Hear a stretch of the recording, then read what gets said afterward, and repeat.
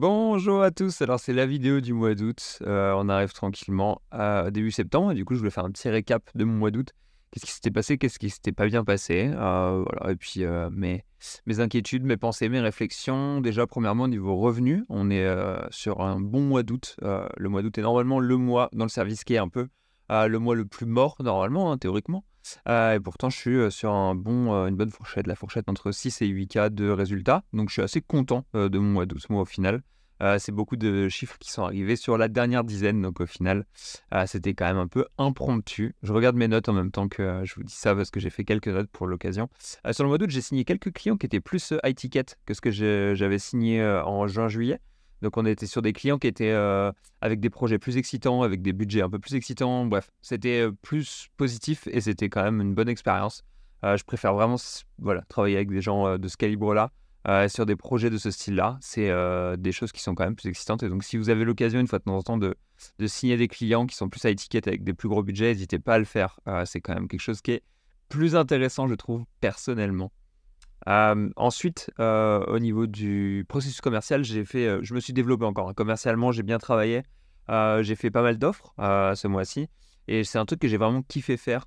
À un point que, limite, il y a des fois où j'aimerais bien être en France pour pouvoir rencontrer mes clients, pour pouvoir aller au resto avec eux, pour pouvoir discuter avec eux et cetera, en réel et pas uniquement le faire au téléphone parce que du coup, ça enlève un petit côté personnel parfois, et c'est pas parfait. Bon, ça me fait gagner du temps, mais bon, ça enlève un côté perso. Donc voilà, le plan commercial, c'est un peu le point que j'aurais bien aimé développer, que je développerai peut-être un jour. J'ai un client d'ailleurs, vous le savez déjà en Thaïlande, avec qui je vais boire des cafés régulièrement et j'aime bien le faire. C'est un exercice que j'aime bien faire. Hem un petit point que je voulais vous donner une petite réflexion, c'est sur, YouTube et l'acquise client. Bon, j'ai toujours des clients qui arrivent de YouTube et des clients qui arrivent, d'autres points de référal et cetera, hein. Je pense qu'à l'heure qu'il est, c'est peut-être, 30 de clients qui arrivent de YouTube pour, 60 de clients qui arrivent d'autre part, donc ça reste quand même la majorité qui arrive d'autre part. J'ai toujours une petite réflexion sur, la pertinence d'utiliser YouTube comme moyen d'acquisition parce que je touche pas mal de population avec YouTube. Je touche, beaucoup de gens différents, mais je touche pas forcément mon cœur de métier et les gens avec qui j'aurai le plus de valeur. Donc en fait, il se passe des fois des moments où j'ai des clients qui arrivent de YouTube et je me dis: «Putain, mais en fait, si j'avais passé du temps à traiter, et aller à démarcher, par exemple, directement, des clients qui sont dans mon cœur de valeur, qui sont dans mon cœur d'expérience, au lieu de prendre des clients YouTube, bah, ça aurait peut-être été, un meilleur rapport qualité-prix, des clients plus high ticket, encore une fois et des clients, avec qui j'aurais pu avoir une meilleure rentabilité horaire». Ça, c'est un peu une réflexion que j'ai vis-à-vis de YouTube, mais il y a quand même un truc sur vis-à-vis de YouTube que je voulais vous dire, qui est super intéressant à mon avis. C'est le fait que quand on lance une vidéo dans un nouveau marché, donc je pense par exemple en fait à ma vidéo, la vidéo que j'ai faite avec Charles Floats, sur le marché anglophone, ça a été un déclencheur de business énorme et encore récemment, ça m'a apporté, des nouveaux clients alors que la vidéo est parue il y a 6 mois, quelque chose comme ça. Donc clairement, on est sur, je vous conseille énormément d'aller, montrer votre tête sur YouTube, une fois ou 2, pour, quelques voilà, si vous parlez plusieurs langues, allez sur plusieurs marchés parce qu'en fait, chaque nouveau marché que vous ouvrez, chaque nouvelle langue que vous parlez sur internet, ça ouvre des marchés de malades. Et YouTube, si vous pouvez passer dans des podcasts et cetera, quitte à payer, en fait, je pense que ça vaut le coup. Alors moi, à l'heure qu'il est, si j'avais l'opportunité, putain, je paierais 500 balles ou 1000 balles pour passer, dans des podcasts, anglophones parce qu'en fait, je sais que l'impact business, il est énorme. Il est super intéressant. Donc, voilà, c'est aussi une piste de réflexion que j'ai pour, plus tard. Peut-être 2026, je pense, aller, taper, la notoriété, SEO sur l'anglophone. C'est un truc que j'aimerais bien faire, mais d'abord, j'aimerais bien développer et établir proprement sur le francophone avant de développer sur l'anglophone. Et plus vous faites de vidéos, moins enfin, tu sais, c'est un peu la logique de plus tu fais de vidéos, plus chaque vidéo a un incrément, un apport qui est un peu inférieur. Et donc, les premières vidéos sont les plus impactantes et les premières vidéos que vous ferez en podcast sur des trucs sur YouTube sont les plus impactantes. Mais surtout si vous touchez sur l'audience de quelqu'un d'autre et l'audience de quelqu'un qui a une valeur ajoutée qui est forte. Les gens qui suivent Charles Float sont des gens qui ont du pognon en général, donc ça a été super positif. Potentiellement, si vous allez, si vous faites beaucoup de vidéos, beaucoup de podcasts, ça aura de moins en moins d'impact. Mais à chaque fois que vous rentrez dans une nouvelle communauté, que vous touchez une nouvelle audience, ça a un impact. Je pense notamment à la fois où j'ai fait un live aussi chez Gokudera, par exemple, qui était uniquement du e-com. Et j'ai d'un coup plein de gens du e-com qui sont venus me voir et ça a été assez impactant. Je pensais pas que ça le serait autant que ça, parce que le e-com a beaucoup de fanatiques. Donc voilà. Typiquement, il y a une recherche d'aller toucher plusieurs audiences, de la ramener chez vous et ensuite de cultiver ce savoir-faire et cet avantage que vous avez et sur lequel vous êtes bon. Je pense que c'est vraiment une bonne méthode pour s'étendre et pour aller grappiller du client via YouTube de manière efficiente, on va dire. Un truc que j'ai fait aussi en août, que j'ai bien aimé faire et que j'aimerais bien développer plus, c'est la création d'un mastermind avec des amis. Donc voilà, j'ai quelques potes qui sont consultants SEO et en fait, on a fait une première réunion un peu en mode mastermind pour se donner nos pistes de réflexion et nos questionnements. Donc voilà, moi j'avais quelques questionnements vis-à-vis de mon activité de consultant SEO et eux qui avaient plus d'expérience m'ont donné des réponses. C'était super, franchement, ça m'a été vraiment utile, c'était vraiment cool. Voilà, je vais faire ça en mensuel avec eux, c'est des potes, c'est à la cool. J'aimerais bien le faire en physique à Chiang Mai avec des gens qui sont basés ici, mais malheureusement c'est un peu compliqué, il faudrait que je rencontre du monde, les Français, il y en a presque aucun qui est sur du service, et donc il faudrait que j'aille vers des anglophones. Ça serait pas si compliqué parce que je sais où trouver des SEO anglophones qui vont faire du service, mais bon, la flemme, au bout d'un moment, mon emploi du temps est déjà pas mal chargé. Mais voilà, c'est un truc que j'aimerais bien faire, je pense que ça aussi c'est un plan 2024, fin 2024, début 2025 que j'exécuterai. J'ai fait beaucoup d'interviews ce mois-ci pour publier chez moi, donc assez intéressant avec notamment un nouveau format. J'ai fait pas mal d'interviews au niveau de l'achat et de la vente de liens, donc vous en avez déjà vu un, il y en a d'autres qui arrivent. Et j'ai fait une interview autour de comment progresser en tant que consultant SEO, qui a été une interview qui est intéressante, qui sera sûrement publiée soit cette semaine, soit la semaine prochaine, avec Baptiste Rey. Vous verrez, c'est pas mal du tout. Et moi, ça m'a personnellement beaucoup aidé, en fait, comme je suis consultant et que je suis en phase de développement. Donc honnêtement, franchement, super cool. Je vous conseille d'aller y jeter un œil quand elle sortira.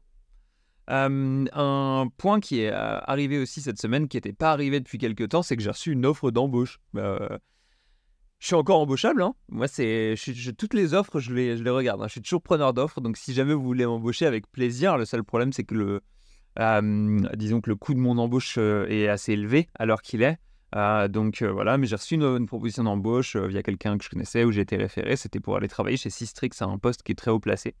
Et c'est quelque chose que j'aurais kiffé faire parce qu'en fait, j'aime beaucoup l'impact qu'a Tim Soulo sur l'équipe d'Ahref et sur le marketing d'Ahref. J'aime beaucoup la manière dont il le fait, etc. Avec un mi-personal brand, j'aime vraiment mon outil et son outil est vraiment bien. Et enfin voilà, même s'il a ses défauts à cause du prix, à cause des crédits API, etc., ça reste un très bon outil. Je trouve que ça reste très cool et j'aime beaucoup la manière dont Tim Soulo fait son marketing avec Ahref. Et c'est enfin, si personnellement demain on me proposait le poste de Tim Soulo chez Ahref avec un salaire adapté, j'irais honnêtement parce que c'est un truc qui me fait kiffer et j'aime beaucoup ce concept de dualité outil-personne et comment ça fonctionne, etc. Donc j'aimerais vraiment bien le faire et ça me ferait vraiment plaisir. Et travailler pour un outil chez un annonceur, je trouve que c'est quelque chose qui me ferait plaisir, genre un bon impact, voilà, etc. Et avec ce que j'aime faire en SEO, en fait, le fait que j'aime montrer ma gueule et vous parler de SEO, je pense que ça serait un bon métier. Le seul problème de cette proposition d'embauche que j'avais, c'est même pas une proposition d'embauche, hein, c'était un entretien, hein, je m'enflamme un peu. Mais très vite, on a coupé court parce qu'il fallait aller vivre en Allemagne. Et l'Allemagne, c'est pas un climat qui est très agréable. Voilà. Si vous avez des bêtes de compétences commerciales et managériales, sachez qu'il y a des postes qui vont s'ouvrir pour le chez Sistrix, donc n'hésitez pas à aller jeter un coup d'œil chez eux, ça pourrait être intéressant. J'ai mes stagiaires qui ont fini à la fin du mois d'août, donc là, alors qu'il est, je suis passé vraiment en solopreneur. Voilà, je suis vraiment content et ça me libère un petit peu de temps. Je suis plus en mode deep work. J'ai trouvé des systèmes de productivité durant le mois d'août qui me conviennent mieux, notamment le système Hit the Frog. Je ne sais pas si vous connaissez. Si vous ne connaissez pas, allez jeter un coup d'œil. C'est simplement définir une tâche pour la journée et l'exécuter. Il y en a une qui est importante, vous la faites. Et en général, j'essaie de me mettre genre 4 tâches sur la journée ou 5 tâches maximum. Je suis pas encore excellent à ça, mais voilà, j'essaie d'y travailler. Et comme ça permet d'exécuter vraiment pas mal de... En fait, vous exécutez des grosses tâches qui sont importantes et vous les faites et vous les repoussez pas. Et c'est quelque chose qui est assez important, surtout côté face client. Et enfin, j'avais une petite réflexion sur la croissance que je voulais vous faire voir, parce qu'en fait, j'en ai discuté avec des potes ce week-end pendant que je faisais un petit wakeboard. Alors hop, là, je passe en capture d'écran et je vous fais voir rapidement.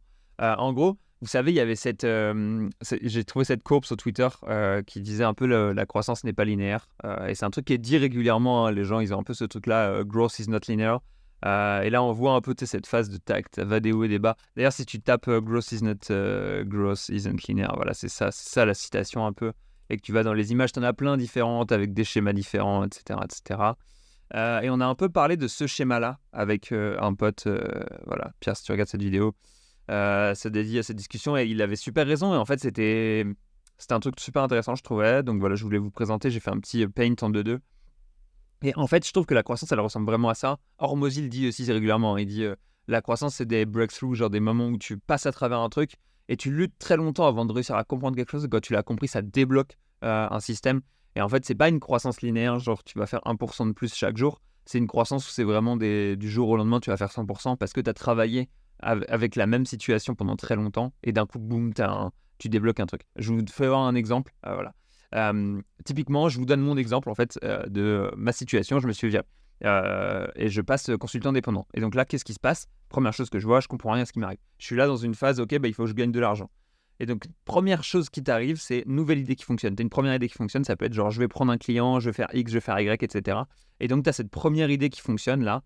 Alors, je vais prendre un petit crayon et je vais vous la highlight. Hop là, tu as une première idée qui fonctionne et tu es trop content et en fait, tu commences à gagner de l'argent. Donc là, tu as fait ta première phase de croissance. C'est la première chose, c'est la plus simple. Hein. La première, c'est toujours la plus simple. C'est basé sur ce que tu sais faire, etc.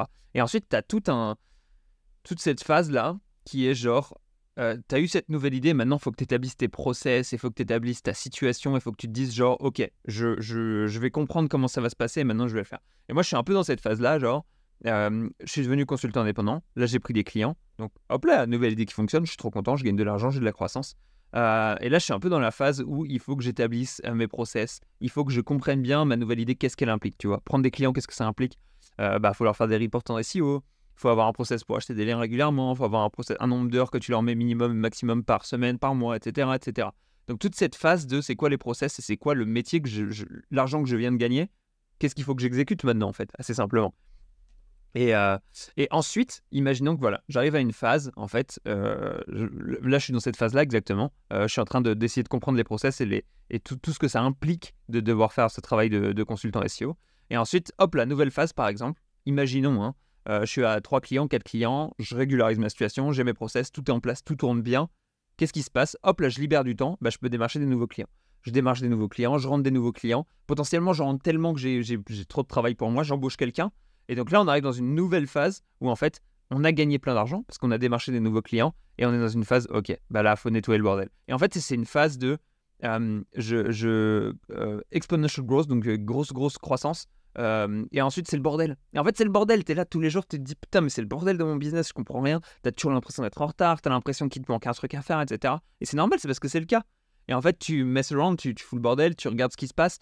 Tu essaies de ranger les choses pour que ça soit bien et de trouver un process pour que le système de rangement et de bordel s'auto-alimente et que ça aille bien. Et quand c'est le cas, tu rajoutes un élément de chaos et tu reviens créer du chaos pour créer de la croissance. Et donc là, voilà, par exemple, imagine que tu embauches quelqu'un. Ça, c'est un bon élément de chaos, hein, vous inquiétez pas. Et là, boum, tu embauches quelqu'un, tes coûts augmentent, tu dois gérer des process avec cette personne, tu dois la manager, etc., etc., etc. Et donc, en fait, tu recrées une situation de bordel, tu dois la re-ranger, reapprendre des nouveaux skills. Et en fait, quand tu sais bien manager une personne, potentiellement même 2 voire 3, tu as une équipe de 4-5, ok, là, on est déjà plus dans la même dynamique, tu vois. Et là, d'un coup, tu as une nouvelle idée. Donc là, j'ai mis, par exemple, une nouvelle niche de clients à démarcher. Bon, ok, on va se spécialiser dans les avocats parce qu'on a eu 2 clients avocats, ça marchait bien. Et là, boum, on va démarcher tous les avocats et on se rend compte de tous les skills qu'on n'a pas parce qu'on n'a pas l'habitude de travailler avec des avocats. On a juste un peu fait et on voit que ça marche et on voit que ça prend, donc on en profite. Mais on ne l'a pas surfait, tu vois, on ne l'a pas beaucoup établi. Et donc, phase 2, hop là, c'est le bordel, il faut apprendre à travailler avec les avocats, il faut apprendre à faire les papiers, il faut apprendre les clauses de concurrence, il faut apprendre tout ça, il faut gérer tout ça pour que ça fit dans le modèle. Et ensuite, recroissance, etc., etc. Donc voilà, ça c'était le petit point de comment aborder la croissance et quel était le point. Enfin, moi j'avais un problème avec ça, j'étais un peu en mode genre, je voyais toujours l'exponentiel et je voulais toujours l'exponentiel et je voyais pas le moment où il faut que je crée mes process, etc. Là, je sais que j'ai plusieurs semaines, voire mois, où il va falloir que je crée mes process. Donc, honnêtement, ça va être le but. Là, ça serait pour que fin 2024, tu vois, c'est pas mal ce que j'arrive à penser à 2-3 mois en avance. Fin 2024, je suis établi, je connaisse mes process, je connaisse mes normes, j'ai mes 2-3 clients recurring, genre je suis bien, quoi. Je suis établi et je peux aller créer de la croissance et je peux aller notamment essayer de faire ça, d'aller embaucher. Ça serait le but pour 2025 pour moi. Mais ça, on en parlera plus tard. Pour l'instant, on va juste essayer de nettoyer le bordel qu'on a foutu avec cette fichue situation. Voilà. Sur ce, plus beaucoup de points. Tout ça, c'est intéressant, mais ça ne se fera pas directement en septembre parce que là, dans une semaine, je pars à Shanghai pour 10 jours où je vais faire un peu vacances-travail. Donc voilà, je vais en profiter un peu. On va découvrir la Chine qui est quand même une nouvelle puissance économique. Je pense que c'est important de se rapprocher des nouvelles puissances économiques et de comprendre comment est-ce qu'elles fonctionnent culturellement, économiquement et géographiquement. Parce que si tu sais ça, ça te donne un coup d'avance pour le futur, quoi. Tu vois, en fait... avoir une compréhension du Japon dans les années 80, je pense que ça donnait un coup d'avance énorme pour l'arrivée de l'an 2000 et des nouveaux systèmes économiques qui allaient être lancés. Donc, c'est ce que je vais faire avec la Chine et aussi kiffer un peu la bouffe chinoise, découvrir le pays et voilà, prendre un peu de repos avec ma copine, ça va être cool. Voilà, j'espère que vous avez kiffé cette petite édition du mois d'août. Sur ce, je vais vous souhaiter une bonne journée sur YouTube. Merci de m'avoir écouté, merci de m'avoir donné un peu de votre temps. Si jamais vous avez des questions ou des sujets que vous voudrez que j'aborde, n'hésitez pas à me le mettre en commentaire. Je réponds à tous les commentaires tout le temps. Donc n'hésitez surtout pas, c'est un plaisir. Et j'essaie de continuer à vous sortir un max de vidéos sur septembre. J'ai pas mal de tests avec des monteurs, on va voir ce que ça donne. Et si c'est intéressant, et si c'est mieux que du facecam tout filmé comme ça classique ou pas. Sur ce, bonne journée sur YouTube. Rankez bien, kiffez, entreprenez, encaissez et continuez à sourire et à être heureux.